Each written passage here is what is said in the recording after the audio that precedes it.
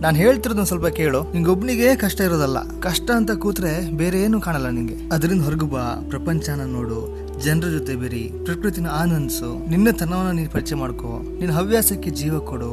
ಅಲ್ಲ, ಸದಾಕಾಲ ಹ್ಯಾಪಿ ಆಗಿರ್ಬೇಕಂತ ಹೇಳ್ತಿದ್ಯಲ್ಲ ನೀನು.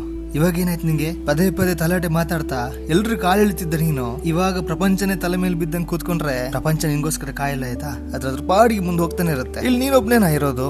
ಎಷ್ಟೊಂದು ಮಂದಿ ಇದಾರೆ ನೋಡು. ಹೊಟ್ಟೆಗೆ ಊಟ ಇಲ್ದಿದ್ದವ್ರು ಎಷ್ಟೋ ಜನ ಇದಾರೆ, ಕೆಲ್ಸ ಇಲ್ದಿದ್ದವ್ರು, ಕೈ ಇಲ್ದವ್ರು, ಕಾಲು ಇಲ್ದವ್ರು. ಇವ್ರು ಎಲ್ರ ಮುಂದೆ ನಿಂದೊಂದು ಕಷ್ಟನ. ಬದುಕು ನಮ್ಗೆ ಹೇಗೆ ಬರುತ್ತೋ ಅದರಂತೆ ಹೋಗ್ಬೇಕು, ಹೊಂದಿಸ್ಕೊಂಡು ಹೋಗ್ಬೇಕು, ಪ್ರೀತಿಸ್ಕೊಂಡು ಬಾಳ್ಬೇಕು. ಹೌದು ತಾನೆ? ಅರ್ಥ ಆಯ್ತಲ್ವಾ?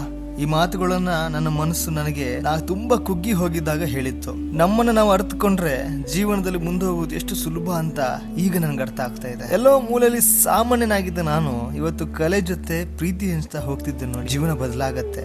ನಮ್ಮ ಮೇಲೆ ನಮ್ಗೆ ಭರವಸೆ ಇರ್ಬೇಕಷ್ಟೇ.